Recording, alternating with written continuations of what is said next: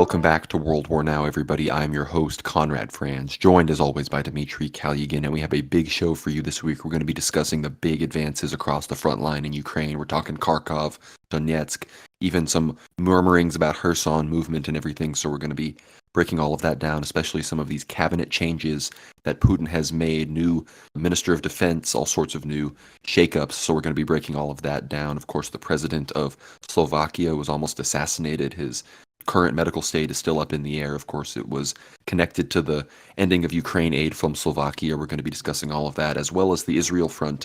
We know the axis of resistance is heating up dramatically against Israel. We're talking the Houthis, Hezbollah, and others as the Rafah invasion and genocide continues. And then we're going to get pretty far afield and discuss this craziness going on in New Caledonia, a very World War Now story, if I may add. We have Azeri proxies supporting New Caledonian separatists against the remnants of the overseas French Empire, and of course Chinese influences involved. It's all very fascinating, very, very World War III pilled and whatnot. We're coming off some of our most fantastic Ether Hour episodes as well, in my opinion, just having interviewed Andrei Afanasyev, Russian Orthodox war correspondent, who gave us a fantastic frontline update as well as enlightened us about the states of Russian nationalism and Russian monarchism going on in the patriotic spheres of the Russian Federation right now. So a lot of great things happening here on the World War Now end, and a lot of huge things happening in the world. We're going to be talking about Georgia, Romania, Elpidophoros, all these sorts of things that you've probably been hearing about in the orthosphere. So it's going to be a massive episode. Dmitry, how are you doing? Not bad, Conrad, and it's good to be here. And of course, our recent Aether Hour episodes were an absolute blast. I do recommend, like yourself, people need to follow them and kind of keep up with what's been happening on the World War Now Aether Hour show. Of course, the programs have been great, but the news has been even more, I would say, striking this week. Of course, striking, I think surprising is the good word. The Russian side, the changes in the Russian administration have been quite telling, I think, recently, and they've been coupled with the Russian offensive in Kharkov, which we discussed last week, and even on our Aether Hour episode, our interview with Andrei Afanasyev, where he kind of gives us an inside look from the perspective of a war correspondent as to what's been taking place in the SMO zones, and of course the expanding Russian liberation of the Kharkovskaya and Sumskaya Oblast. Now, specifically in Kharkov, the Russian offensive has been seeing really significant success. So, of course, Strelechia, Borisovka, as we discussed last week, Krasnaya, Pylnaya have all been taken. The Russians have also taken the villages of Alenikovaya and, of course, Glubokaya as well, heading towards the village of Liptse, where I think the Russians will most likely stop their offensive. And Liptse is a little bit deeper in the line, in a straight line, if you can count, between Belgorod and the city of Kharkov itself. Now, of course, the big story has been the city of Volchansk, which is located just to the northeast of Kharkov. Now, Volchansk is very controversial because Ukrainian talk shows at the moment in Ukraine itself, so this is their domestic news channel, similar to the Russian Solovyov talk show, they're all basically throwing dirt and throwing just all these accusations at Zelensky for not defending Volchansk. They're saying, well, apparently Zelensky donated 300 million hryvnia, which is the Ukrainian currency, to build a massive highway from Kharkov to Volchansk, but we're not even defending Volchansk. We're giving it up to the Russians, so why was this highway even built in the first place? They're accusing Zelensky and the Ministry of Ukrainian Defense in basically stealing funds and, of course, the really deep corruption. So the Ukrainian sort of collective thought, and I would say the society there is really demoralized at the moment, and it does seem like even the liberals within Ukrainian government are beginning to turn on Zelensky, at least somewhat, accusing him of the recent failures in the Kharkovskaya Oblast. And it's not exactly completely unfounded, because we did see footage of dragon's teeth and tank traps and all this equipment which is supposed to be set up to defend, I would say, Ukrainian defensive lines in the Kharkovskaya Oblast from, say, a Russian offensive down some of these main roads and even in the off-road sort of plains areas, but they're just not set up. They're kind of lying there in piles on the side of Ukrainian bases. And it's almost as if the Ukrainians have gotten really lazy in the north front there with Bryansk and Belgorod, as if believing that the Russians would simply never really begin liberating these particular areas of the former Russian Empire and from, the Ukrainian neo-Nazis and Banderoids. So it's really curious.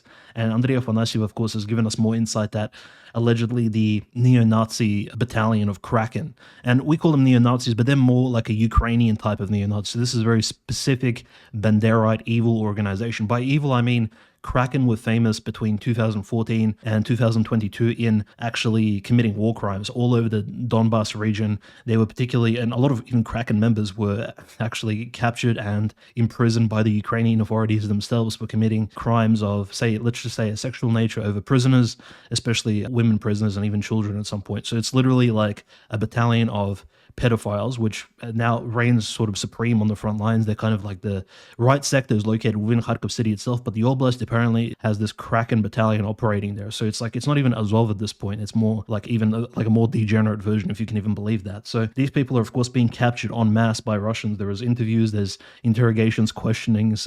You can see Kharkov Kraken members apologizing on camera for defending Zelensky's terrorist regime, things like that. So that's always good to see these people being brought to justice. And of course, there's no better place to be honest, in, I suppose, this entire SMO zone than in Russian, I suppose, Orthodox captivity, because Orthodox Christians are quite merciful and they would certainly respect any type of prisoner of war, I would say. At least in this conflict, really heard minimal reports of abuse of Ukrainian prisoners of war. So it has been quite, and that's despite really heavy fighting in some of these areas and cities.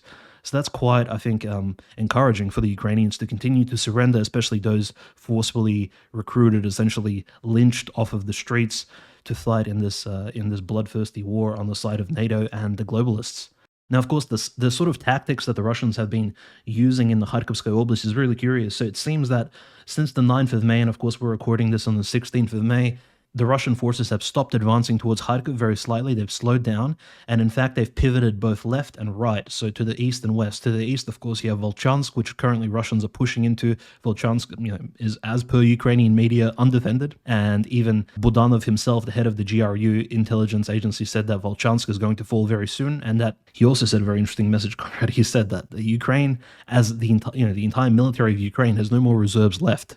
And this was a very demoralizing statement. And he appeared in like a very bloated form. He's certainly gained weight. You can see his cheeks were very big. I doubt he celebrated Easter very heavily because these people don't really celebrate Orthodox feast days. But he certainly wasn't fasting over these last 40 days. And this bloated Budanov, the head of the military intelligence of Ukraine, appeared on camera in this like dark sort of izbushka, dark village room. And he's like, okay, our reserves have expired. We need to conscript more people. And of course, the news at the moment this week is that Ukraine will be conscripting 100,000 more recruits between the ages of 18 and 60, and this is just the official legal age on the papers, but we do know Ukrainians have been forcefully drafting and recruiting people anywhere from the ages of 16 and like 80, including the mentally disabled folks and people with Down syndrome, which really have no, I mean, these people shouldn't be recruited in the first place. They should be living as innocent civilians in times of peace and war, frankly. But unfortunately, Ukrainians, and by Ukrainians, I mean people participating in this terrorist regime, not the entire population, have been participating in this sort of forceful recruiting of members. So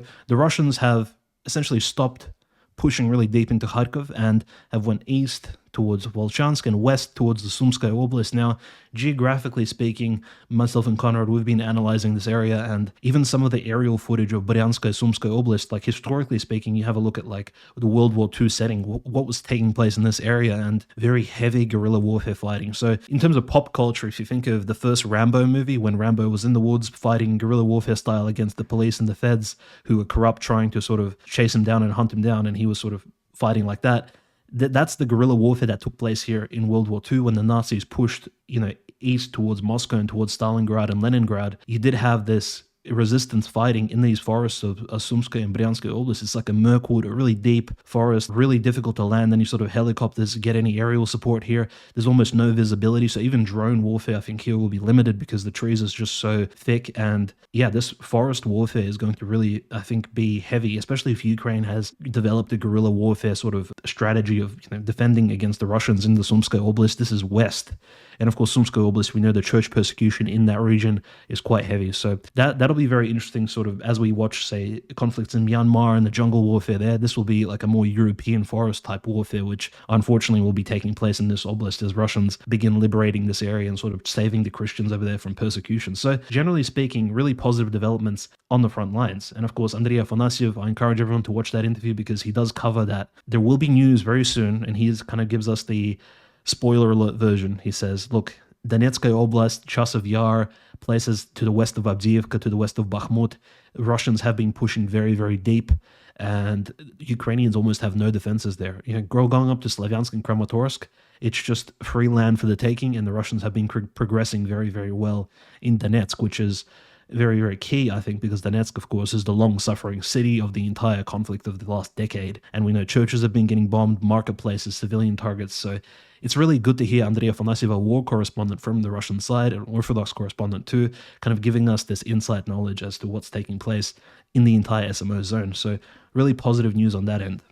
Yeah, that's all going to be linked below, of course. You can listen to it on Substack. You can listen to the first 40 plus minutes for free on YouTube. So do not miss it. Some amazing content by the end of the episode. If you get behind the paywall, we're talking about prophecies, his favorite prophecies, the situation of the Russian Orthodox Church and their perspective on the prophetic element of this eschatological war. So it's really some top tier content. You're really not going to hear anything else like it in the English language. But speaking of, the ever-advancing Russian front line. You mentioned, of course, the advances in Sumy and in Kharkov, of course. This is from a spokesperson of the Adar brigade, one of the, assault brigades that's made up of these, Banderite characters. They say the Russians are planning something in the border of Sumy Oblast. The Russians are bringing the equipment closer to the line of combat, so they are confirming that they're preparing for basically the banana to be fully completed around the ring of Ukraine, and all of the bordering regions between Ukraine and, pre-war Russia are going to be now front lines, and it'll only be the Belarusian front that will be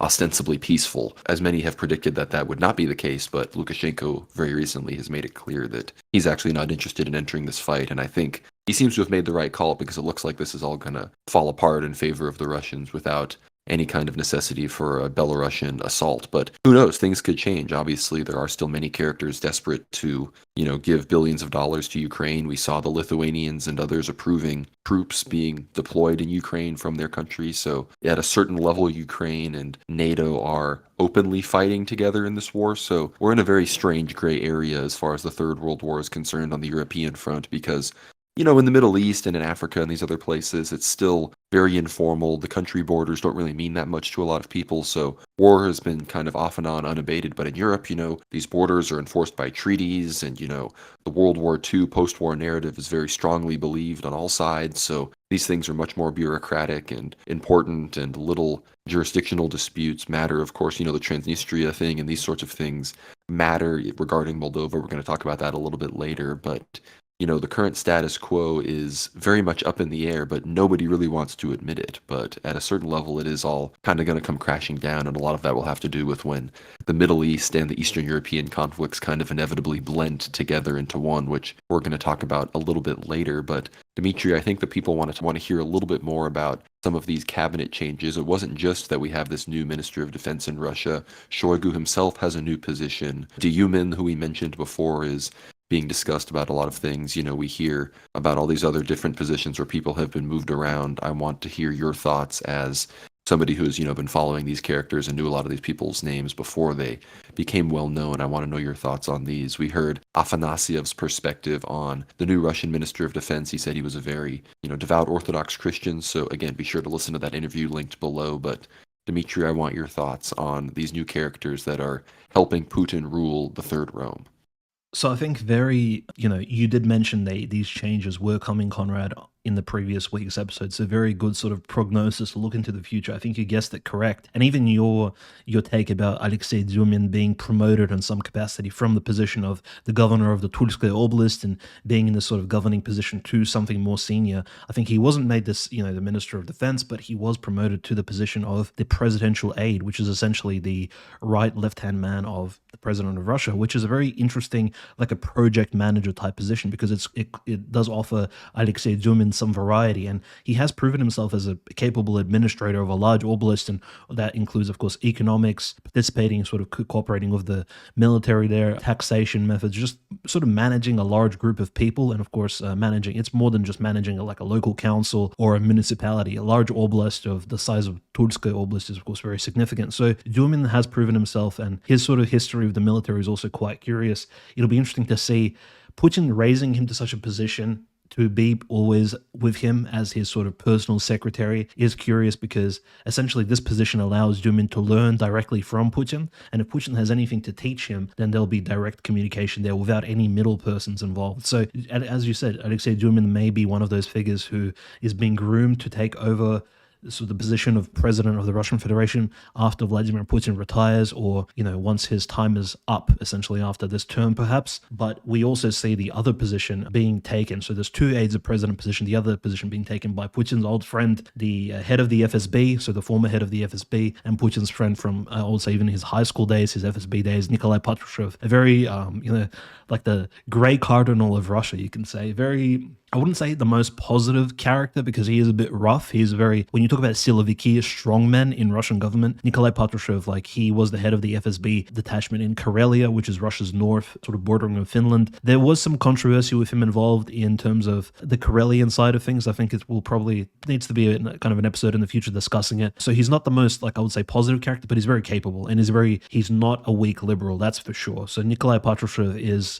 like a very powerful player in the Russian political game, and there's barely any interviews with him. He speaks in a very like low-key voice. He's not very charismatic, but he is very scary, at least even in physical appearance. He looks like, he really does look like a gray cardinal type figure, even if his physiognomy wise. What's interesting is Nikolai Patrushev, his son, Dmitry Patrushev, which we spoke about during the grain deal discussion with Turkey, he's the agricultural minister of Russia, and he was the head of the Russian agricultural, which is a government-run bank. So when we speak about the grain deal with Ukraine, with Turkey, his son, Dmitry Patrushev, was essentially in charge of all of that. And of course, he probably had personal investments as well. So Dmitry Patrushev, for a long time, has been viewed by, I guess, Russian political commentators as the potential heir to Putin. So in terms of who may be the heir from the inside, we have two potential candidates. So Dmitry Patrushev and Alexei Dumin, who now has been promoted. Now, what's interesting is, of course, the Ministry of Defense position, because this is the big discussion here. Nikolai Patrushev was in the position of the Secretary of the Federal Security Council, which is essentially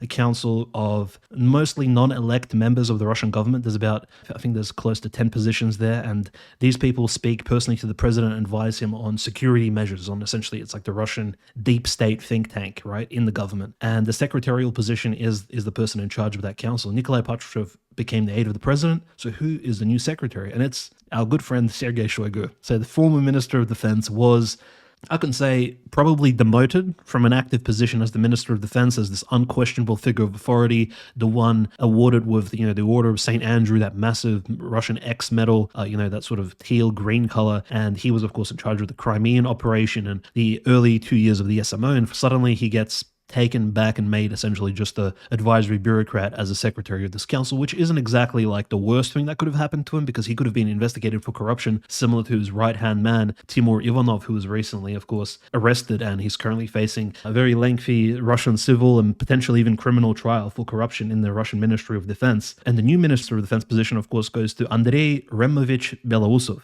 So a Russian economist, someone who's been working in the Russian bureaucratic public service system, not really an elected person, but someone who's been working for the Russian state for a very, very long time. So he knows how all the software works. He probably works with Excel very well. He works with the economics of Russia. He knows exactly how resource managing takes place. He probably knows imports, exports. And from his personal interviews, what can we grasp? So this is the new Minister of Defense, certainly an important position, especially now that Russia is at war. Andrei Belousov's interviews in the past have been very telling. There's some really curious interviews from 2019 where they're asking him how the Russian economy is going. He's like, I've had personal battles with demons inside of the Russian economic spheres. These demons, they try to trample, my personal projects trying to benefit Russia. He's speaking about like a spiritual warfare inside of the economy. It's very interesting. He like integrates Orthodox Christian rhetoric with his economic discussion. And it sounds bizarre because no other banker or economic figure in Russia does this. And where does this sort of, these sort of spiritual outlook, where does it come from? Well, it looks like Andrei Belousov, the new Minister of Defense, is actually a practicing Orthodox Christian, which is a benefit, to, I think, the Russian political system in and of itself. But we see he's very active in the Vladimirskoye Oblast, where he probably has a house, maybe like a dacha. And Vladimirskoye Oblast is located in in European Russia, this is the old area that Andrei Bogolyubsky used to rule out of, and of course, this town slash small city of Bogolyubovo is located there. When we write about Andrei Bogolyubsky, the Grand Duke, article on the Royal Regicide because of his connection to the 17th of July and the ritual murder of the Romanovs. So, and in fact, Andrei Belousov may actually be named after Andrei Bogolyubsky himself, the Grand Duke. So, very interesting connection to that saint.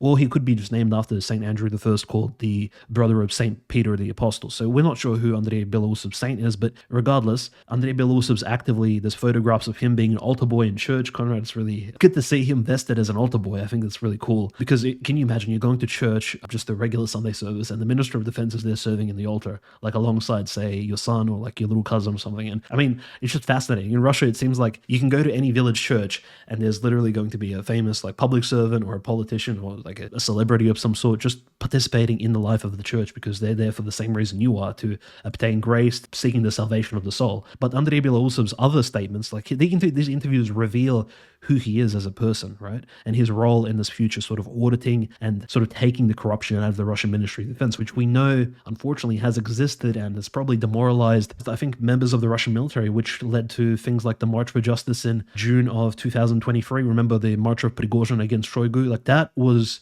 most likely, it wasn't just Shoigu and, Prigozhin's personal beef. I think it was somewhat substantiated by bureaucratic failures within the ministry, and which has led to the arrest of Timur Ivanov and the recent arrest, and this arrest was much more violent. The arrest was actually reported. There was clips shown on the Russian Telegram channels. The main personnel directorate of the Ministry of Defense, a lieutenant general, actually, so this is not just a public servant, Yuri Kuznetsov. He was the former head of essentially the HR department, so in charge of the Ministry of Defense's hiring of staff. So this is the guy literally who would be participating in, if there was a new mobilization, which we kept speaking about, he would be one of the people in charge of that.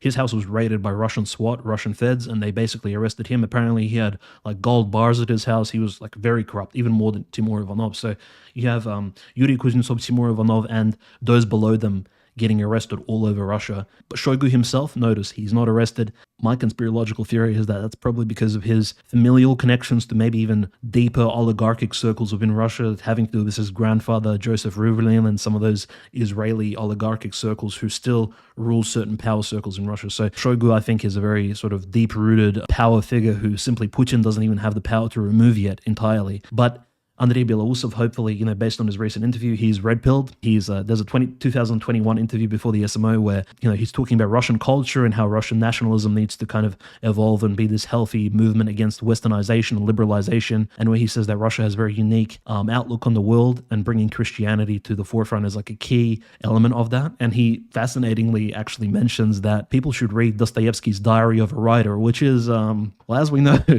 the Diary of the Writer is perhaps Dostoevsky's most anti-Semitic nationalistic text. So it's like, so Andrei Belousov, much like Kirill Stremousov of Kherson, he's very much red-pilled on exactly what to read in terms of Russian literature. So he's not recommending Brothers Karamazov. He's just going straight to the hard stuff, which Dostoevsky, of course, was a big nationalist, right-wing, conservative, Orthodox Christian thinker. He wasn't just a writer of really good Christian fiction, you can say. And that's why we treasure Dostoevsky so much, and he has a big part to play in the future Russian, I would say, ideology as Russia emerges as an Orthodox empire in the future. So the new promotion of the Minister of Defense, I think, is a positive change, but his role, like what is he going to make massive transformations, Conrad? I think his main duty will be to audit, and as an efficient economist, as an efficient bureaucrat, he's going to audit out all of this corruption and streamline the Russian military-industrial system in order to, not avoid any sort of future issues, and perhaps even prepare the way for this second mobilization, which, can you imagine if a mobilization takes place with all this encrusted corruption taking, this rot from the inside? I mean, it would be a disaster, and it would be really bad, I think, for the SMO and for the entire operation in Ukraine taking place. So I think it's a positive promotion, and Andrei Afanasyev, we did speak to him, and he's also of the same outlook. That was a really good review of all of these characters. I think everybody should, spread this around if people want to understand kind of the current status. And again, be sure to listen to the Afanasyev interview linked below. One of the big developments in Europe regarding the situation with Ukraine, of course, it's a big battle about supporting Ukraine and funding them more. And we know Hungary and Serbia and these others are obviously strongly against continuing the war, understanding with Russia. But in Slovakia, we know they elected a pro-Russian, effectively, president, Robert Fico, and he had an assassination attempt done on him. And even as of recording this, it seems to be that he's okay. He's not dead. Some reports say he's stable. Other reports say he's going into another surgery and he's still very much in critical condition. I don't know if that information will be outdated by the time this happens, but upon the recording, he is alive but still unwell. But the reports say that the assassin was a 71-year-old poet who was a member of the pro-Western Progressive Party named Juraj Kintula. I guess was from somewhere in Slovakia.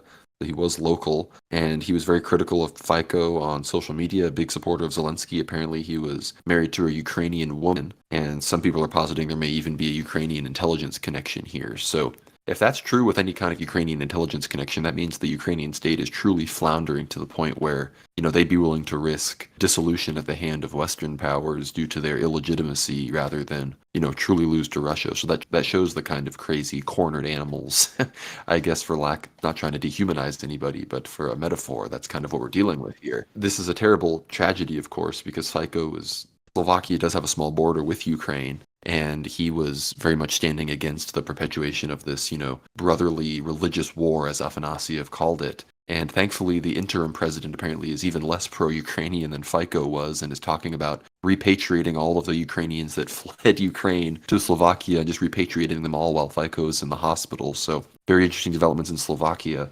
And we even had a statement from the Slovakian interior minister who said that Slovakia is on the brink of civil war. He insisted that the assassination attempt on Robert Fico was carried out for political reasons, which obviously it was political. The question is, how high up the ladder does that go? So we're praying for Fico. Obviously, we hope that it doesn't become normal to just be killing all of the anti-Ukrainian elected officials at this point. But Dimitri, I want to hear your last takes on the persecutions going on, of course, of the church in Ukraine. There are big things happening there. But before we do that, I want to read this prophecy and remember not just this Afanasiev Ether Hour was great. We still want everybody to listen to part 1 of our 2-part series on St. John Vitatsis with Gregory Hears. That's obviously on the Substack worldwarnow.co as well. In a few weeks, part 2 of that is going to come out. And we were also recently on the Greg Reese show, so be sure to check that out. He's an InfoWars contributor and has a really big Substack and a fantastic show. So we're going to be on that, I think, on Sunday. So probably the same day, actually, you're listening to this if you're listening to this when it's being released. But I read a prophecy on there that in many ways connects, because we talked to Afanasiev about monarchism in Russia and Gabriel Doroshin and the Tsar and prophecies about the Tsar and these sorts of things. And then we've, of course, talked to Gregory Hears about St. John Vitatsis. And in part 2, we're going to talk about the prophecies and how he is going to, come again. He's the sleeping king and will rule, for a brief period before the Antichrist eventually returns. And there's a prophecy from Martyr Eldris Danushka of Siberia, who was martyred in 1918 by the Bolsheviks, the same year as the Tsar himself, and she had all sorts of prophecies. And again, these are from well before 1918. She said the Tsar will leave the nation, which shouldn't be, but this has been foretold to him from above. This is his destiny. There is no way that he can evade it. For this he will receive a martyr's crown on earth, for which he'll receive subsequently an eternal crown, a heavenly one. So obviously that has come true with the canonization and kind of revival of veneration for the Romanov royal martyrs. But the part that gets fascinating and connects what we're talking about with St. John Vitatsis and the future prophecies about the Tsar is this. And she says that Russia will be supreme in the world. Her name will be Holy Rus. All sects and religions will pour into orthodoxy, but orthodoxy, and essentially speaking religion, will draw closer to what it was in apostolic times. In those centuries to come, there will no longer be any czars or Karls, which, mean kings and emperors. In Holy Rus, a Niaz, which means a prince or a duke, will reign, who will come from the nation that gave us our religion. And the footnote to the prophecy here says that that is referring to Byzantium, the Eastern Roman Empire. He will be a supremely spiritual person who will provide the opportunity for uplifting the moral fiber and the spiritual principles of the nation. And to me, that sounds just like St. John Vitatsis. We talked about him in the episode with Gregory, and he was a prayerful, saintly, almost monastic in his asceticism level, of emperor as he ruled in the Byzantine, Constantinopolitan interregnum. So that's very fascinating, seeing how perhaps there could be a Byzantine saint ruling, under the perhaps Russian tricolor, and how that is how Greece, reobtains Constantinople after a war with the Turks. This is all very interesting stuff. I talk to Russians and Greeks about these things, and both of them are like, oh, well, we're Greeks, we're going to be the ones ruling Constantinople, and the Russians, when, we're the Russians, we're going to have a Russian czar. But, maybe some of those things need to be overcome, and the true destiny of this prophetic journey that I guess we're trying to help show everybody here that has been enlightened to us by these holy fathers of our latter days. Perhaps that is the solution, and there will be more of a merging between the former old second Rome of Constantinople and now, the new third Rome. They will be working in tandem to restore this brief Christian imperium before things truly go south with the Antichrist. So that's all really interesting stuff. Dimitri, I want to hear your thoughts on this persecution, and then we could probably transition to the Holy Land.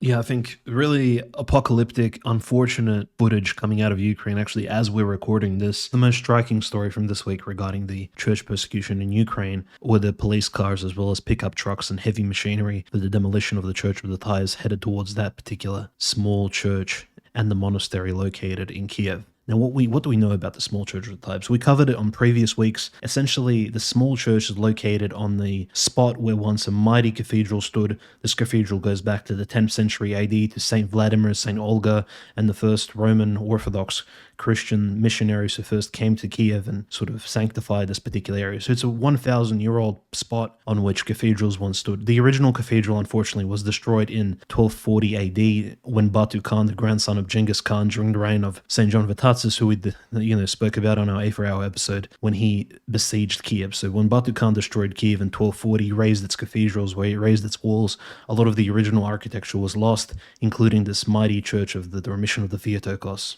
The Orthodox Christians, of course, built a new church in this area. It was erected around the 1600s and it stood all the way until the Bolshevik period, until, of course, like many churches and monasteries around Russia, the Bolsheviks destroyed it in 1928. During the late communist period, fortunately enough, the Orthodox Christians, of course, built the third Church of the Tithes. It was a very small parish, a very small church located on that exact spot. Now, a very important miracle occurred in 2006 during Bright Week, actually on Bright Thursday. So this is the Thursday after Easter.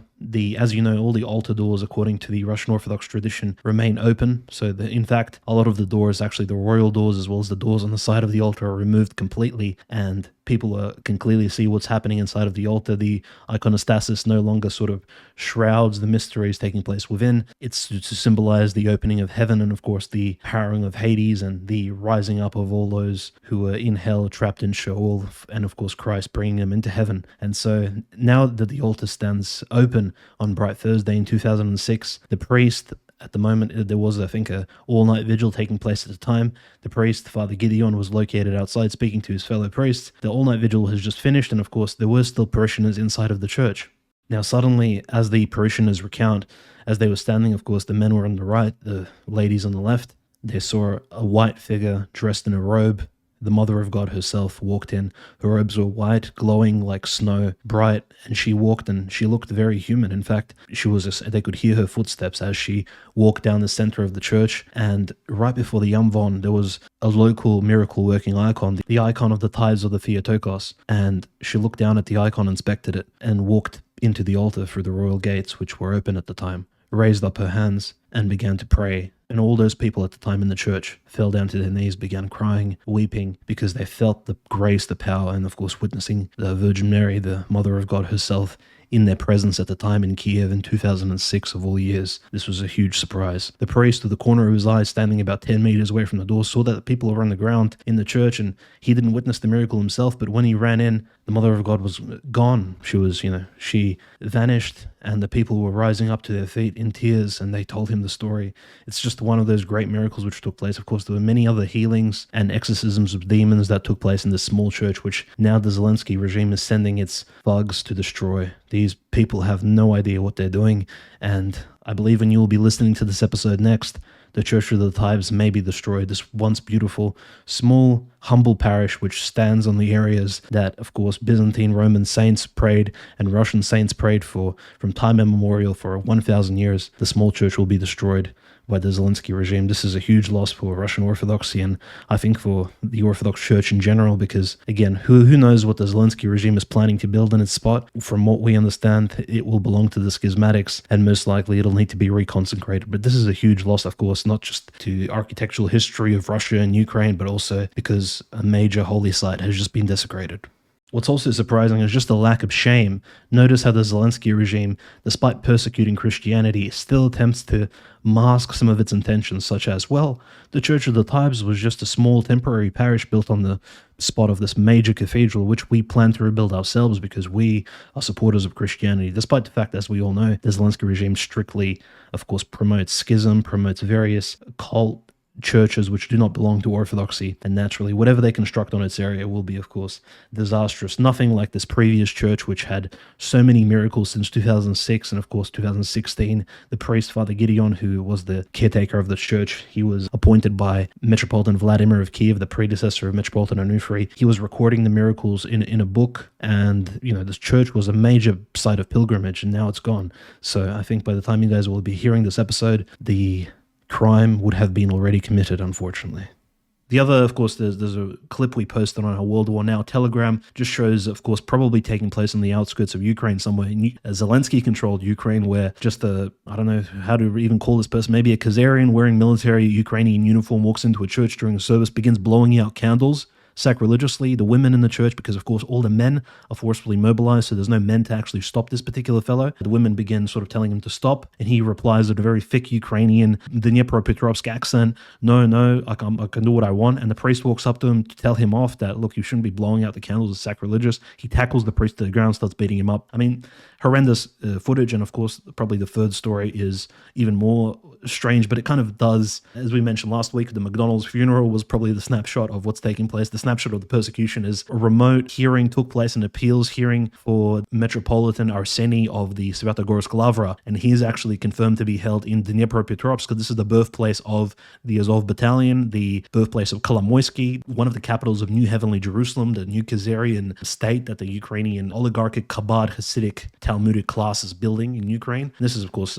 one of those sort of evil places ruled by Kolomoisky and the Rose Synagogue, the largest Jewish cultural centers located there. And the Metropolitan is sitting in the Dnipropetrovsk prison at the moment, and he's having a remote appeals hearing. His appeal was, I believe, declined at the end of the hearing. So, in fact, he'll still remain imprisoned, and his lawyers were not able to defend him. So, unfortunately, since at least 2 weeks before Easter, the Metropolitan of the Svyatogorsk Lavra has been imprisoned. So, yeah, the persecution continues. So, again, it kind of puts things into perspective, especially if you watch the Andrei Afanasyev interview. The fight between Russia and Ukraine is not just the fight between two equal forces. One side clearly is against Christianity and is destroying not just the people, but also the holy sites, things like that, disrespectfully treating relics, even probably worse so than the Third Reich did when it occupied Ukraine, to be fair. And it's really quite curious that some people try to equate these two sides when clearly the Russians are not persecuting Christianity, not destroying churches. They're allowing free worship for Orthodox Christians, and it's just really startling. And I think Conrad, it really defines the entire conflict in and of itself. People are fighting for their right to worship Christ and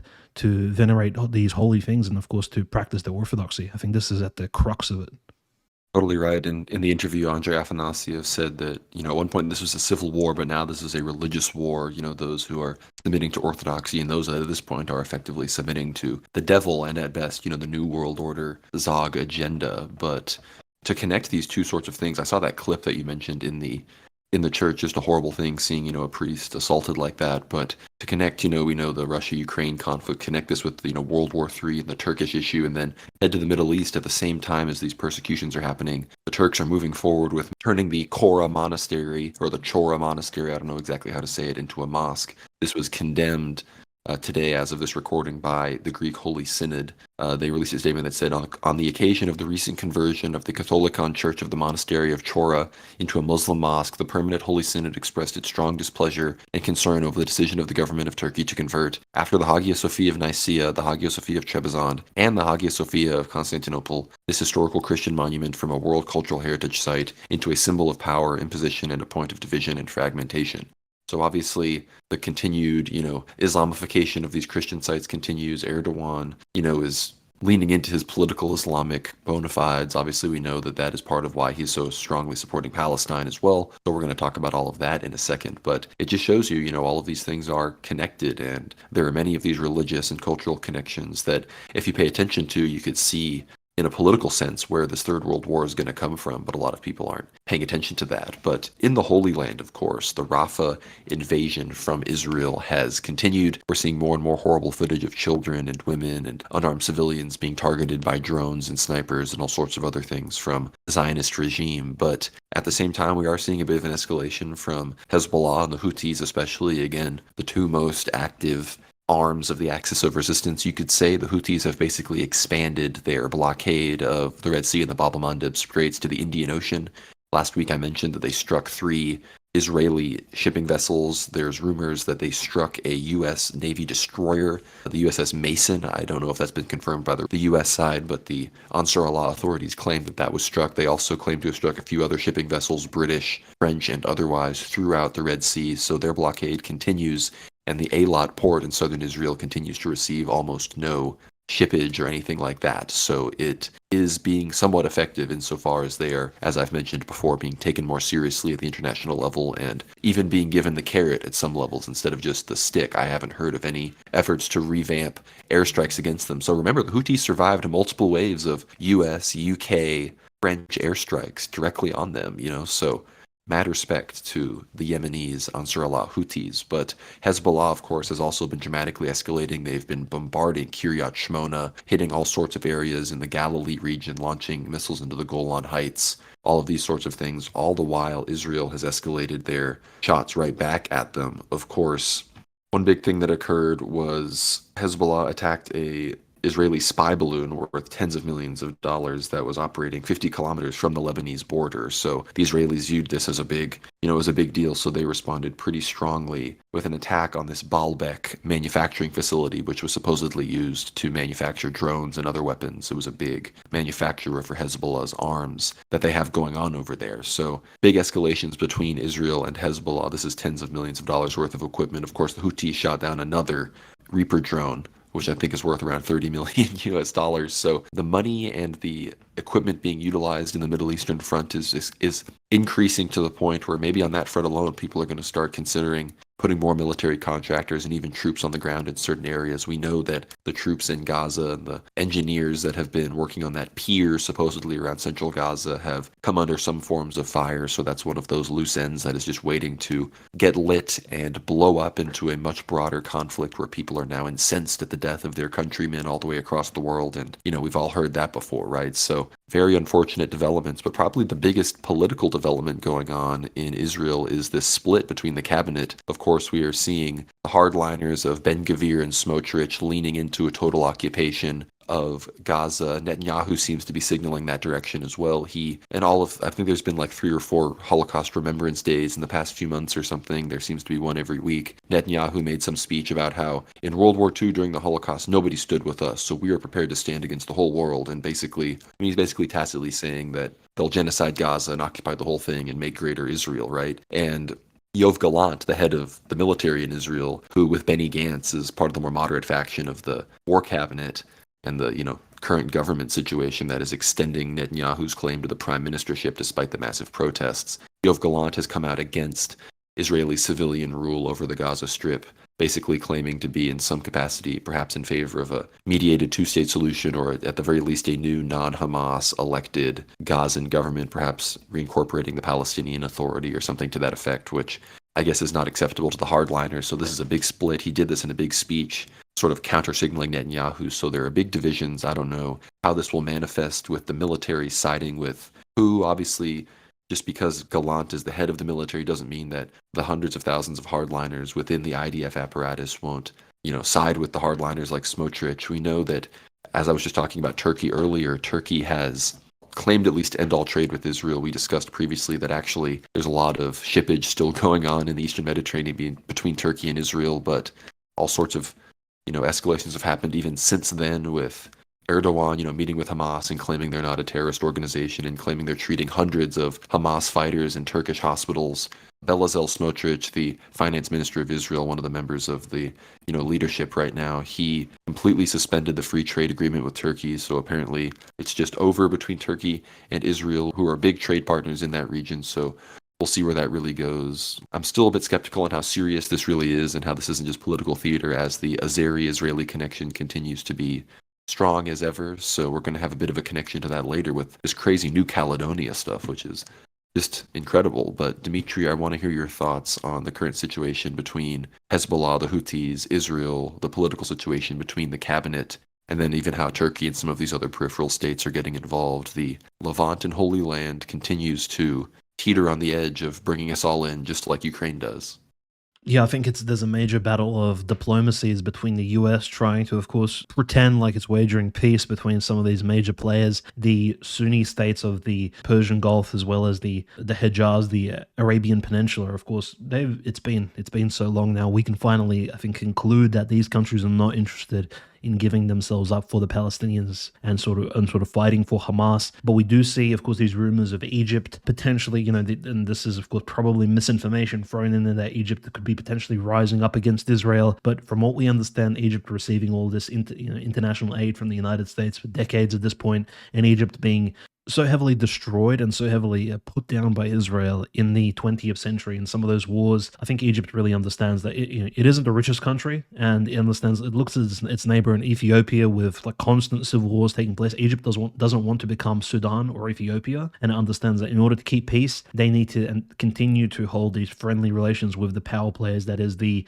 shall we say, Jewish banking interests in both the United States, in the European Union, and of course Israel. And they need to keep that Suez Canal open. That is Egypt's primary job here. It's not to uplift Islam or to fight for the new caliphate or anything of that sort. Egypt's main role is just as this guards person guarding one of the most important trade routes on the planet. So that's, unfortunately, that's what ancient land of Egypt has turned into. This, you can say, this not even a breadbasket of the world or the Europe. It's essentially this guards person who guards transit from China to Europe, and that's really unfortunate. I think it's slightly disrespectful, but they put themselves into that position themselves by, of course, siding with various factions of the Muslim Brotherhood or causing revolts within their own nation. And of course, it shows you that political Islam, not only is political Islam divided, Conrad, like we do see Hezbollah not cooperating with Egypt, and of course Turkey having its own outlook, where Erdogan is in big trouble at the moment. Because on one hand, there is evidence that Turkey is still exporting goods into Israel and still importing some of the goods produced in Israel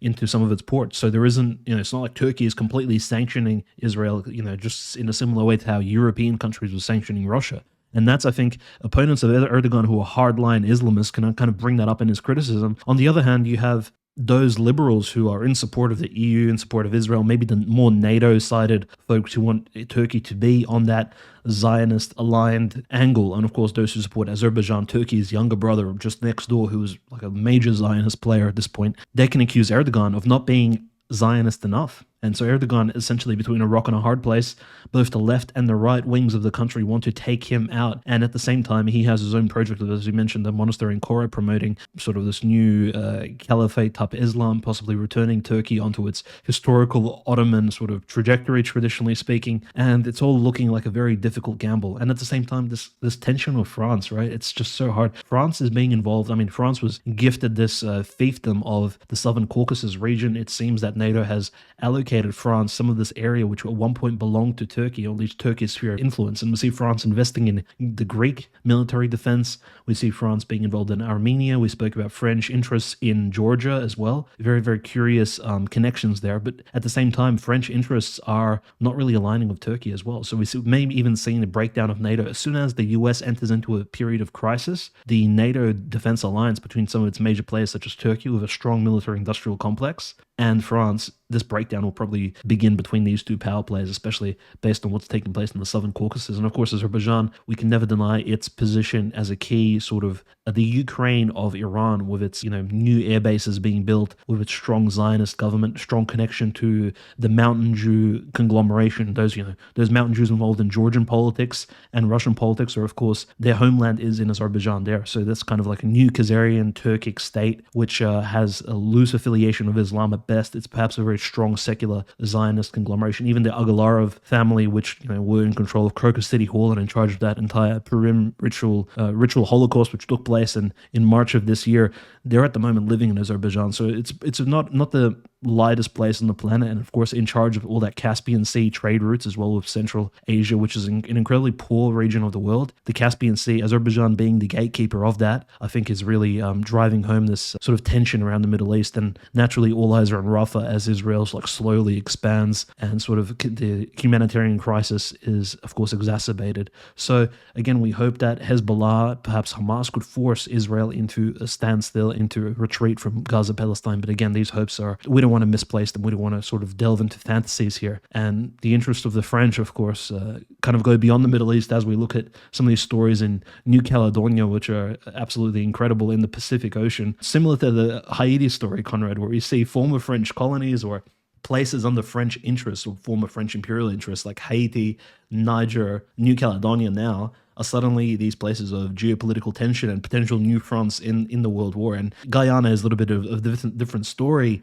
in South America, but New Caledonia is completely kind of out of left field because it's really this a population of less than 300,000 people, I believe even less than 250,000 people, located close to Australia, which is a really strong neighbor and strong ally of the United States, I would say, in terms of that South Pacific region, having a pretty capable navy, a lot stronger than, say, the larger Muslim population of Indonesia of 350. Indonesia has the population of the United States, but yet does not have the military capacity to even present any sort of threat to that Southeast Asian region. So New Caledonia, I mean, what's going to take place is New Zealand. Are we going to see the Anzacs suddenly rise up to support this particular French interest of NATO in New Caledonia? There's really a lot of question marks up in the air. And of course, the Azerbaijan connection is even more bizarre, I think, because again, the mainstream media, and this is French mainstream media, right? This is French politicians are claiming that Azerbaijan has started these political uprisings in New Caledonia, which are now taking place. This is only a few days old, I believe, 48 hours as we're recording this interview. We see parking lots the cars parked in parking lots being burnt down, things exploding. At least a few French police officers and New Caledonian police officers being killed at the moment in some of these really violent Haiti-style riots. We haven't seen any cannibalism yet, but knowing some of the headhunters around Papua New Guinea and East Timor, which are neighboring countries of New Caledonia, and I don't want to rule anything out here. Like, we don't want to see like The Rock, big tattooed people eating people and cutting off heads. Like, I don't want to say anything, but these islands are known for this sort of, I mean, these people ate Captain Cook, right? So let's just have some respect for their local culture and in a traditionalist type fashion. I'm not going to go Professor Alexander Dugan and claim that we have to support the headhunters because that's really a little bit left field. But we do need to appreciate multipolarity gone wrong there. Yeah, we have to appreciate that if order breaks down in some of these places, these people may not return. They're not going to go back into Catholicism, which they feel was colonially brought about by the French. They're going to go back to much older traditions, and perhaps they're going to worship deities, which some of their ancestors really apparently obtained power from, which in some of these tribal wars and headhunting expeditions. So it's going to get really interesting in New Caledonia. I mean, Azerbaijan being involved there and Azerbaijan being a Zionist state, it's almost like the hand-rubbing people are behind every conflict, at least according to the French, which is quite an anti-Semitic accusation, I think, if you look at it, the larger picture. But it's also very conspiratorial. Like, Azerbaijan, Baku, is 13,000 kilometers away from New Caledonia. Like, it's not even close. It's like literally across the entire globe or entire flat Earth, you can say. So theoretically, it's hard to even imagine. And will there be any evidence produced, or are these really tense pro-Armenian accusations by the French government? I'm not sure.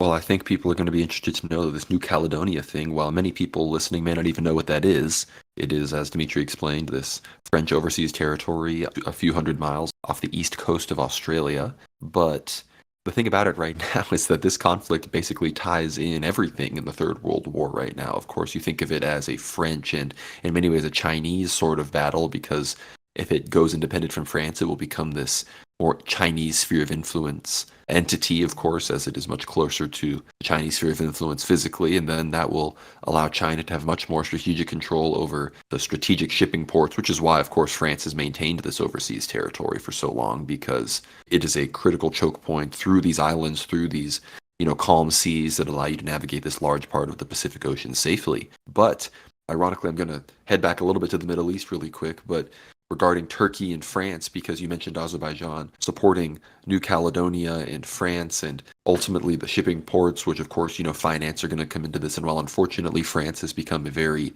I guess you could say, Masonically ruled, financialized nation, Macron has really cleared out the old French nationalists, we still do know that in their foreign policy they are anti-Turkey, anti-Azerbaijan, and then thus pro-Armenia, which in a subtle sort of tertiary way does put them opposed to Israel, both being pro-Armenia and anti-Azerbaijan in this capacity. Of course, now the Turkey-Erdogan situation muddies the waters on this, but I hope everybody has their map and their pins and their cork board out, start connecting the string, because this is this is the kind of stuff you got to understand if you want to be properly prepared for the political implications of World War III, right? So France, we remember, at the beginning of the Russia-Ukraine war, there were all these generals purged from the French military that were skeptical of Ukraine's claims and were sympathetic towards the Russian military effort. You had that general go on TV, and the famous he saying, who, meaning the Jews, who's behind, the press and all of the wars in the world and everything like that. The French media and the French Masonic sort of Jewish establishment has pretty severely clamped down on the institutional based nature of the old French, the old guard of the French Republic. But Gabriel de Roche, we know, hails from France. Many white emigres fled to France, but this dispute in New Caledonia right now, it really highlights the truly worldwide nature of the current conflict that we're in right now. Because we talk about the Caucasus, we talk about Azerbaijan and Turkey. And Turkey, they were the ones that openly made the statement that if France wants Azerbaijan to stop supporting New Caledonian separatists, they need to stop supporting Armenia. So Turkey is just using their megaphone and their power to openly say that, yeah, you need to stop doing what you're doing in Armenia and the Caucasus, and then we'll stop meddling in this random island thousands of miles overseas. So it's a very interesting development regarding this whole situation and regarding the actual conflict itself in New Caledonia. It has had multiple referendums for independence in the past few years. The most recent one, I believe it was 94% voted to not be independent, although it only had a 43.9% turnout because all of the pro-independence people decided that it wasn't legitimate as to some of the conditions about the results, even if there was an affirmative option. So it has always been this boiling conflict. It's the only sui generis collectivity of the sort of French overseas territories, which is basically just its own category where this happened in 1999, it was basically agreed that in the next 15 to 20 years, powers gradually would be transferred from the French state to the New Caledonian government. And of course, now we're here in 2024, and France is still largely maintaining power. Of course, about 10% of the population of New Caledonia are, white French people that still consider themselves Caledonians, as that is, where they've resided. And there are reports that the French state and the gendarmerie, as they've, declared a state of emergency, they've banned TikTok.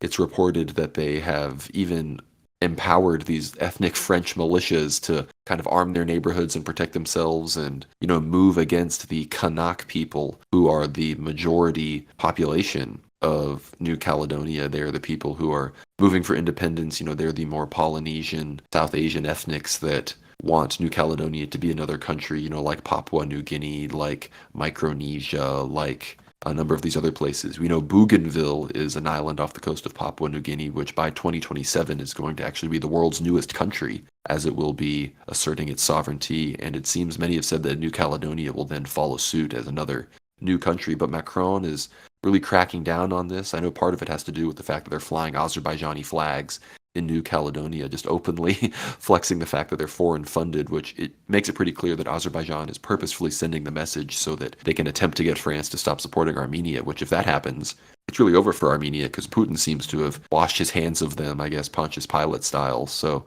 it appears that the Armenians they're in trouble because the Turks and the Azerbaijanis are in for a big squeeze. But I mentioned the French connection in this sort of perhaps a naive hope that in the civilizational state of things, France is sort of destined to be on the side of Russia against, Turco-Zog, the Azeri, Turkish, Israeli sort of conglomerate connection. And, we talk about how, the Azeris and, Aliyev himself may even be Jewish, and then connecting that with the New Heavenly Jerusalem situation in Ukraine, how, perhaps the Azeris and the Turks are pressing out the Armenians to complete this Turkish belt, as we've talked about. And then if New Heavenly Jerusalem is produced, you could have a direct border with that in Turkey and create this massive sort of new Khazaria, almost on the exact borders of the old Khazarian Empire, as we see Israel continue to be threatened and abandoned by the whole world, as Netanyahu likes to say. But all of this happening, of course, we see France supporting Armenia, tacitly preventing this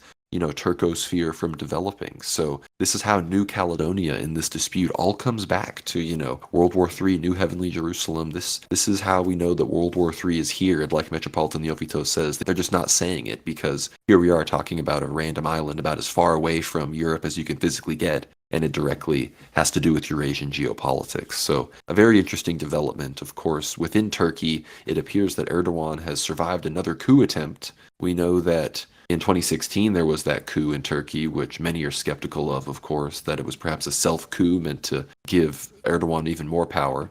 But on May 15th, Erdogan held an emergency meeting in the National Assembly declaring that an attempt to prepare a coup in Turkey was prevented.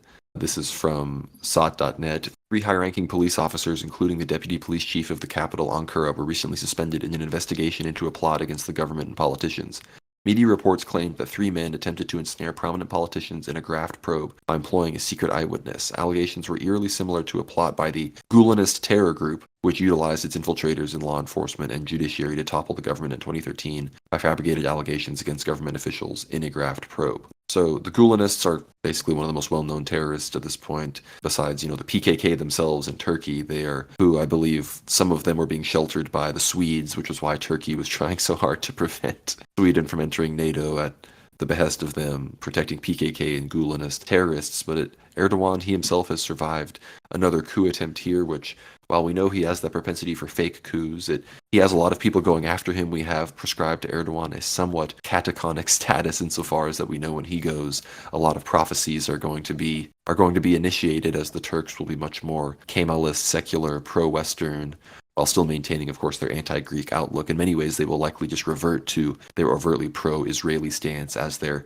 Azeri brethren have already done. And Dimitri, you also had mentioned the situation with Egypt.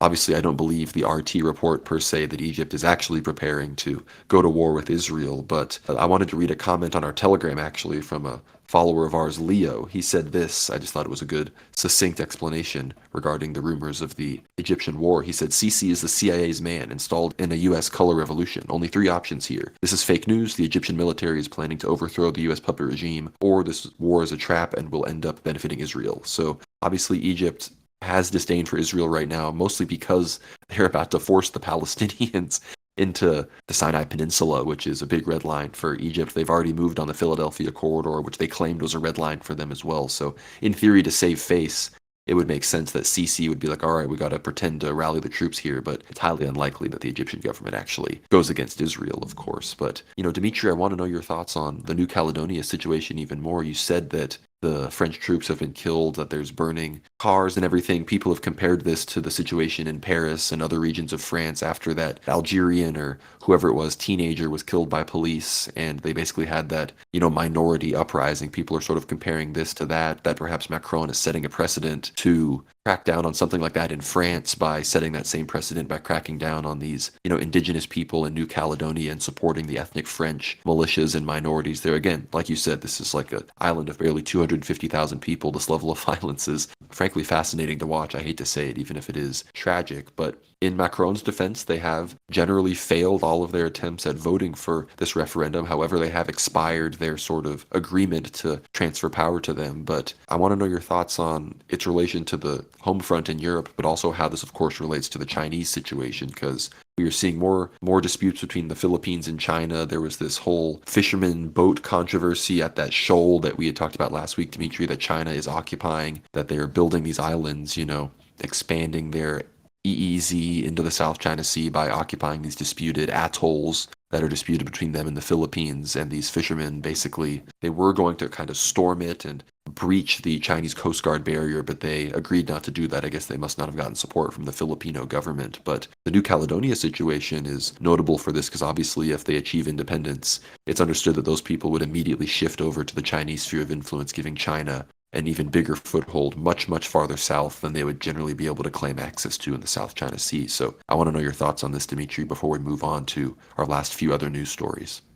Yeah, so in terms of violence on the ground, actually, the French Interior Minister Gerald Darmanin actually stated very sort of succinctly that in these early days, 3 indigenous Kanak people have already been confirmed to have been killed. And this is, of course, probably expanding as the conflict reaches new levels of lawlessness around the country. No one's really going to be reporting who's getting hurt, who's being assaulted, and, of course, in more ways than one, and which police officers have been dying. So 2 police officers, 2 members of the French gendarme sort of faction have, of course, confirmed to have been killed. And naturally, the big discussion about Azerbaijani influence kind of leads us to to think maybe perhaps New Caledonia and France needs its own foreign agent law on the books in order to, keep out as a foreign agent influence. But I mean, that's a little bit comical, I think. This conflict is far from comical, and we do know jungle warfare can get very bloody. I mean, any sort of look at New Caledonia, the landscape itself, these are deep jungles, very similar to Hawaii. If you watched the TV show in the early 2000s, Lost, it had that sort of feel, like really tall mountains full of rainforest, very difficult to traverse. You can't really bring, similar to how Sumska and Bryanska Oblast, you can't really bring planes and drones into some of these areas. They're very dense. It's very humid, really tumultuous to sort of get through this landscape. The locals, the Kanak people, and some of these other tribes, they do know how to get around in these areas, similar to the Myanmar war. You could easily see this turn into its own civil conflict, of course, regardless of the availability of arms, because they can simply utilize the more or less criminal elements of these islands to obtain weapons, perhaps even from, black markets in Indonesia and some of these other Southeast Asian areas where there are a lot of arms, weapons even from the World War II era sort of going around, which is probably why Myanmar, you see, there's no shortage of weapons, right? Like, these people have AK-47s going back to the Vietnam Wars, things like that. So weapons, there's no real shortage of weapons in the entire Southeast Asian region. This is a bit more of a Pacific place. So this is, of course, New Caledonia, located between Fiji and Australia.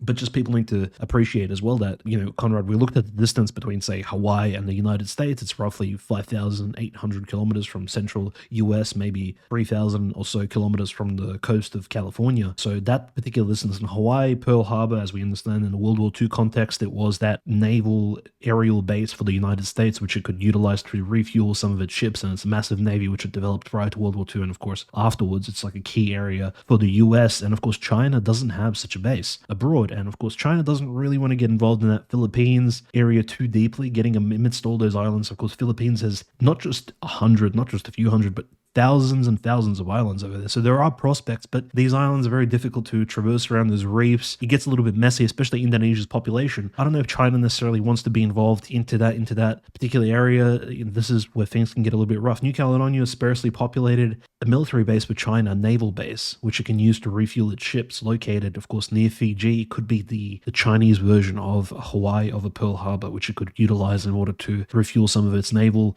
ships abroad, and to perhaps expand further into across the South Pacific, of course, to countries such as Australia and New Zealand. Of course, the Anzac countries of AU and NZ have already had fears of Chinese invasions, circulating amongst. There's even been fictional books, fictional movies about the Chinese takeover of Australia, but no one's really pictured how that could take place, because again, you have Indonesia, which is maybe like a big buffer state, and it's mostly Islamic, and we know the Chinese relationship with Muslims in the Uyghur region, and it's not really amicable. And of course, Central Asia as well, the Chinese really don't appreciate any of that Tajik, Uzbek sort of radical Muslim connection, because China doesn't really support all of that and doesn't want to really get involved. But New Caledonia allows you to kind of wrap around towards this rich South Pacific area. Australia is rich for its uranium, its raw resources. New Caledonia is perhaps that gateway island, which could be utilized for future expansion strategies, especially since Australia greatly relies upon the US Navy to defend itself. And this has been the same during World War II, during the Pacific Wars against the Japanese Empire. So if China does choose to sort of enter into this new state of foreign expansion, perhaps New Caledonia could be that front base.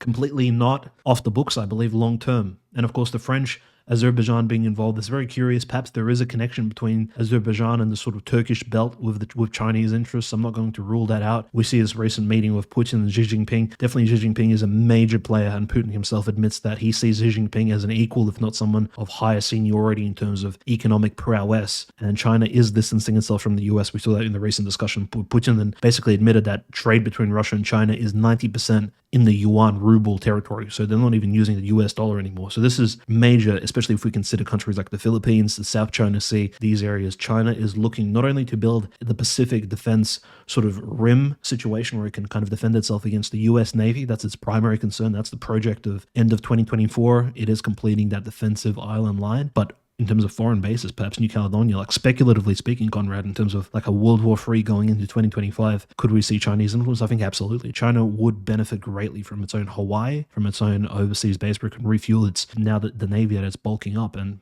potentially any aircraft carriers, submarines, things like that. It could get very, very interesting, especially local people. Like China has worked with local people in Africa, all over the Middle East. China, for all of its, say, at home, some of its chauvinism and Chinese racism, sort of supremacy, these sort of visions of Chinese Chinese outstandedness is a real thing, very similar to what perhaps the Japanese felt during World War II. But China does work with native people quite well in terms of like assisting them, building hospitals, roads, schools, things like that. So they're gaining this experience in Africa, and perhaps they will utilize it in the Pacific as well. We can't really rule that out, I think. So these are real threats to US world hegemony. I wouldn't say this is exactly the most pro-Christian thing, but it's just something we need to report on because, again, the future of, I would say, world affairs at the moment is very much up in the air, especially now that the US power is, US is losing power and losing some of its ideological forces in these areas. And France, even look, France, a major US ally in the Libyan wars and the Middle East and Iraq, Afghanistan, is now losing some of its overseas territories. And New Caledonia potentially is one of those areas that will soon fall. And perhaps France will lose influence there, similar to how they've lost influence in Burkina Faso and Niger in the past. It is completely possible and a viable scenario we're kind of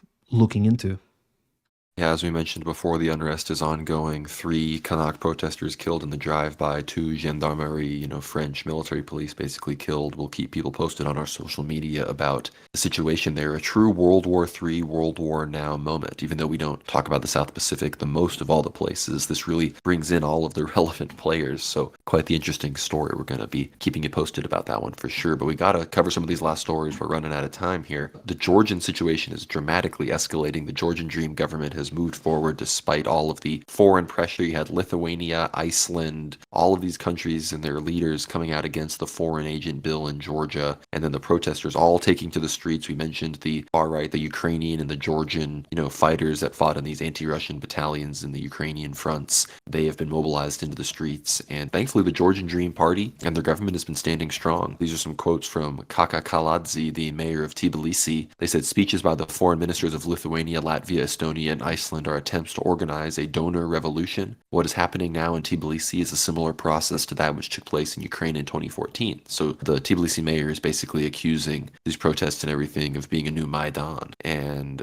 they say that I want to once again tell everyone, both inside the country and outside its borders, that the Ukrainization of Georgia will not happen. And they are the Secretary General. They're not just the mayor of Tbilisi. They're the Secretary General of the Georgia Dream Party. And it appears that they are standing strong. Of course, the female president of Georgia, again, president in most of these countries, is much more ceremonial than like the president of America or the president of Russia, who is an actually powerful executive. They vetoed this, but the Georgian Dream Party is going to reject the veto and move through with the law anyway. But it really seems that the EU and the US power structures are trying to run through on this color revolution with Georgia. So, Dimitri, I want to hear your thoughts about that. And then we also need to talk about Estonia as well as Romania and Moldovan integration. Yeah, just briefly, I think this is a great development. Of course, the law being passed and the protests and them sort of the libtard protesters in Georgia, of course, lifting up their fingers as if they're characters from the Hunger Games, allegedly protesting the totalitarian government, not realizing that the actual totalitarianism is coming from the West, from these liberal ideologies, from the domination of the EU and NATO, which Georgia, unfortunately, is trying to avoid, and the Maidan regime, which is being set up by Zelensky, where you get conscripted and sent to the front lines to die in trenches against the brotherly Christian nations such as Russia. That is what this particular anti-foreign agent law is trying to avoid, trying to sort of do away with. So these foreign Western agents, of course, and it's a double-edged sword, right? We spoke about how this law could benefit liberals as well by keeping out Russian foreign agents as well. And in fact, Turkey, as we speak, less than 10 hours ago, it was announced that Turkey itself is drafting a foreign agent bill at the moment. So we see Russia inspiring this new legislation in these various countries adjacent to it. Of course, the Russian foreign agent bill came into effect in 2012. It was effectively reformed in 2022 during the SMO, which saw the banning of the anti-corruption foundation run by the Navalny and his team, the FBK, and Meduza, some of these other journalist sites, which were, it was claimed by the Russian law enforcement and prosecution that they were fighting on the InfoWar side with the CIA and various other foreign agencies like the MI6 and spying on Russians and spreading misinformation in Russia. So now Georgia is, technically speaking, protected from these George Soros NGOs, and the Patriarch of Georgia, Ilya, has officially, in light of all these protesters, has spoken out and stated that we should be praying for peace in Georgia. No more revolutions, no more Maidans. He didn't necessarily even take a side, but he kind of made the statement that we shouldn't be protesting. We aren't like BLM, African American, led by like the death of George Floyd or anything. We're different. We're like a civilized Christian people. I'm not saying the Patriarch mentioned George Floyd. I'm saying that's my sort of analogy there. But Patriarch Ilya, of course, speaking out for peace, that's because the libtards themselves, nominally at least Christian, and they're also his flock. So he is the father of all these people. Similarly, how Patriarch Kirill, of course, was praying for Ukrainians and Russians all the same because they're all members of the Russian Orthodox Church. So, of course, this sort of unity in Christianity is what I think will unite and keep Georgia together. That is the hope. The hope is that they avoid the Maidan, which, of course, now that they're speaking out openly, notice how it's openly now that version that Victoria Nuland will not come to Georgia and will not come to Tbilisi to cause a Maidan. I mean, this is a great development. I think Georgian politicians have finally realized what the US's and European plan was for their country. So I think definitely this is a positive for Georgian Christianity and the Georgian people as a whole. I think there was further developments, very interestingly. Romania, Moldova are actually tightening. Of course, Moldova is unable to join NATO or the EU without obtaining control over Transnistria, Pridnestrovia, which is located again with between Ukraine and Moldova, with that pro-Russian government sort of at its helm. And this is one of the contention points we spoke about in earlier weeks. But Moldova is tightening its relation with Romania, which is a very strong NATO EU country and one of the major, port countries on the Black Sea coast. So something we'll be looking out for is this Moldovan-Romanian connection. There was a recent major interview with Maya Sandu, the leader of Moldova, who essentially the Zelensky, the feminine Zelensky of Moldova. Her interview with Dudes on Russian YouTube, which had millions and has millions of views. Of course, this is like the Russian Navalny 2.0. And Dudes, of course, talks with Maya Sandu for 2 hours straight, and she quite frankly admits that she's a complete liberal. Like there's no Christian feminine side to her. She's a complete libtard. She's essentially this Zelensky, Victoria Nuland, Hillary Clinton type character. It's a really dangerous woman in charge of Moldova at the moment. And so Moldova connecting itself to Romania, it's not about even Romanian nationalism and Romanian Moldovans reuniting with their home country. We're talking about geopolitical, liberal cultural influence, which will be leading these countries away from Christ, I think, in the long term. Romania at the moment is really under this hegemonic control of the Western Bloc, of NATO, of the European Union. Unfortunately, it's not really about Greater Romania or some of these projects. Like this is nothing to do with Codreanu or any of the Romanian right-wing conservative thought. This is something much darker afoot here. So, of course, Maya Sandu aligning herself with Romania and some of these future developments, will kind of have to keep them in mind, I think, Conrad, because this is one of those Odessa front territories which will always be one of the key points that Russia needs to be aware of, especially in terms of future expansion and a future front in the Ukrainian special military operation.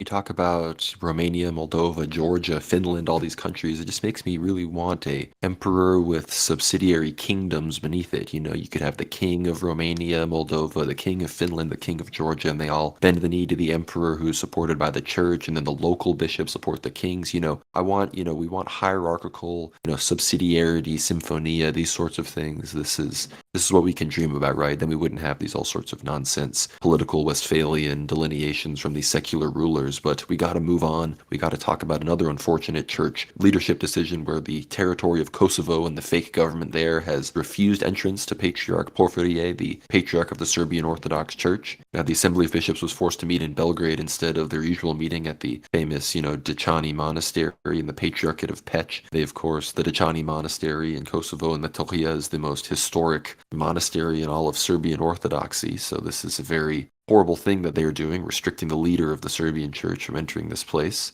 The church released a statement. They said that it is unreasonable and unacceptable, though it accurately reflects the situation of the Serbian church and people in Kosovo and Metohija. They continue, as the Serbian patriarch, this is from Patriarch Porphyry himself, as the Serbian patriarch, as a citizen and as a believer, I know and affirm that those doors will sooner or later be opened by God himself.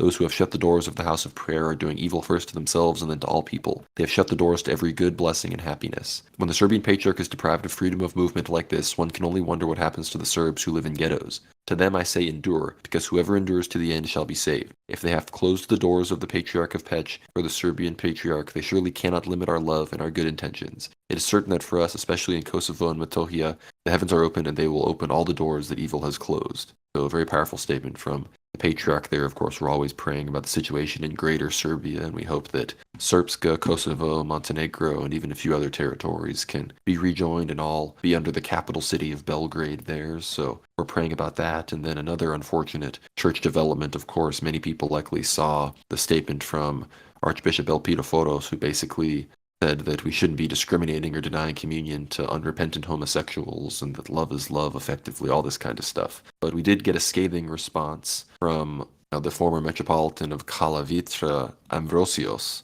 who he's had some very harsh words for Elpidophoros. He said The beginning of his letter said, "Your Eminence, you are a traitor to our moral code. You have to resign immediately. I beg you to resign your archbishop's throne and move to a monastery where you will settle permanently. You will interrogate yourself, you will realize your crime, you will confess, and you will remain there, pouring out rivers daily, tears of repentance, so to receive of God's mercy and save your soul. Because, unfortunately, with the words written above, referencing his pro-sodomy nonsense, you have betrayed the Savior Christ. As far as you have stepped over and you have overturned his moral law, that is, you have rejected the gospel." He then asks Elpidophoros the question, "In the Orthodox Church, are the following offenses not considered sins: adultery, prostitution, homosexuality, pederasty, masturbation, all these other things?" Of course, he was accused in the Greek media of being far-right and extra-conservative, ultra-Orthodox, all of these sorts of things. But Elpidophoros has really gone beyond the pale. But just when we thought that that was going to be the most scandalous thing to happen, and some people say it is, some people say his statements are even more scandalizing than this, but we already had the deaconess situation with quote-unquote Deaconess Angelic Molan in the metropolis of Zimbabwe in Africa under the Alexandrian Patriarchate, but this was just today on Thursday the 16th.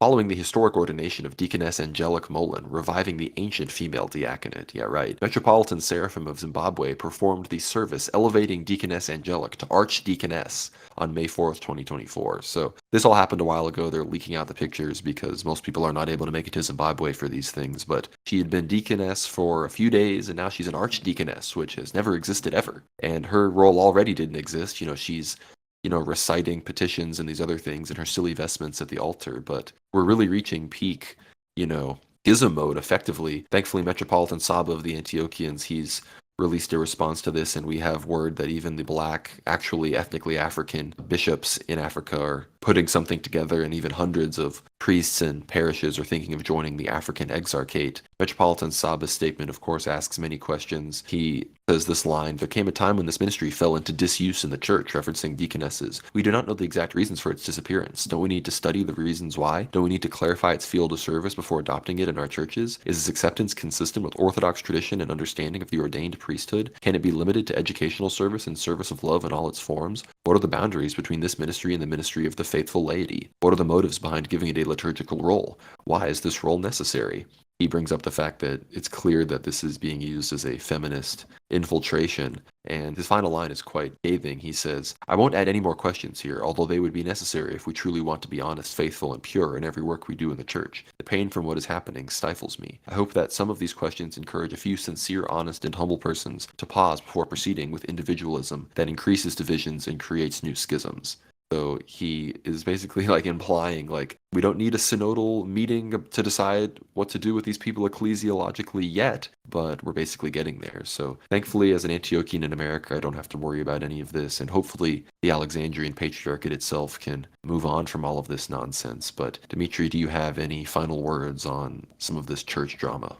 Yeah, look, this is quite funny in terms of how ridiculous it is, right? We've spoken plenty about it, even with Jim Jatras when all this deaconess discussion was being put out early in 2024. We had a really good collaborative World War Now episode with Jim Jatras sort of talking about various news around the world where we discussed deaconesses kind of in full towards the end of the episode. I recommend everybody watch the Jim Jatras discussion from earlier this year. And yes, of course, we're completely against it. It has nothing to do with church history, canons. This is just a new attempt at the liberals of injecting their violent disease into the body of the church. Of course, the church rejects all of this, but people do fall astray. People on the fringes, people already sort of flirting with these ideas. And in a similar way, just like in Ukraine, various liberal ideas or say separatist schismatic ideas are being pushed through, and you have people breaking off into the OCU and into the Uniate schisms and even heresy. You do have people, of course, in the Greek Orthodox Church taking on, they're not even pro-schism. So in fact, they stay within the body of the church, but yet they bring in all of these ideas. They try to smuggle them in. And we see Archbishop Elpidophoros very much in charge of that, very much the culprit. And I'm just grateful I'm not a member of his particular parish, because it would be very hard to pray for him with clear conscience, I think, in church, even though,